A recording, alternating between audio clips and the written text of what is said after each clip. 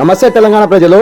ఎట్టకేలకు కేసీఆర్ బాపు కేటీఆర్ తండ్రి ఇలా జనాల ముందుకు ఎందుకు వచ్చిందంటే, ఇలా కేటీఆర్ జనాల ముందట ఇలా తెలంగాణ ప్రజల ముంగట బొక్కబొరల పడ్డాడు.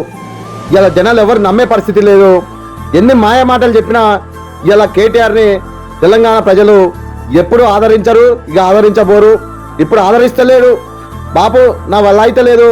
ఇప్పుడున్న సర్పంచులు ఇలా గెలిచిన మన పార్టీలో ఉండేటట్లేదు, మళ్ళీ కాంగ్రెస్ పార్టీలోకి పోయేటట్టున్నది.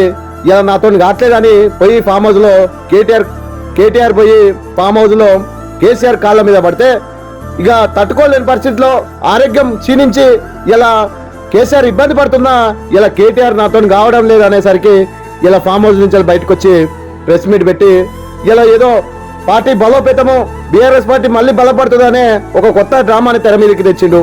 ఎన్ని డ్రామాలు చేసినా బీఆర్ఎస్ పార్టీ తెలంగాణ రాష్ట్రంలో ఇక మళ్ళీ కూడుకునే పరిస్థితి లేదు. ఇలా హాస్పిటల్లో ఐసీయూలో వెంటిలేటర్ మీద ఉన్నట్టు బీఆర్ఎస్ పార్టీ పరిస్థితి అయిపోయింది. ఇలా కాంగ్రెస్ పార్టీ దాడికి, రేవంత్ అన్న ముఖ్యమంత్రి దాడికి ఇలా మొత్తం చిన్న భిన్నమైంది బీఆర్ఎస్ పార్టీ నాయకులు, కార్యకర్తలు. కేటీఆర్ ఎన్ని చేసినా ఇక జనాలు నమ్మేటట్లేరు. బాపు నువ్వు రావాలని ఇలా జనాల ముందుకు వచ్చి కాళ్ళ ఇలా పడే పరిస్థితి, ఇలా నాయకులను దగ్గర తీసి ఇలా ధైర్యం చెప్పే పరిస్థితి ఇలా కేసీఆర్కి వచ్చింది.